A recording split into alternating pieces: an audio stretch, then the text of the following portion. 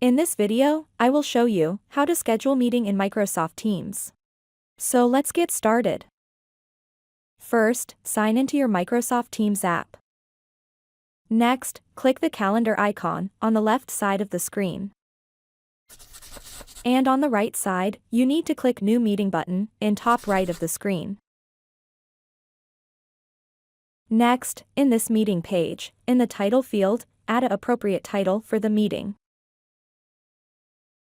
And in the second field, you can add the people you want in the meeting, add email account of a person, or their phone number. Or you can add their name if they already in your Microsoft Teams. Here, you can see the date and time. Select the meeting start date and time from these drop-down calendar and time, and again select the end date and time. If you want to set up meeting every day same time, click this button. You can also repeat the meeting by selecting from the list. You can add the location here. If it's online, leave it blank. In this section, you can add any detail of the meeting. And in the right, leave this as it is.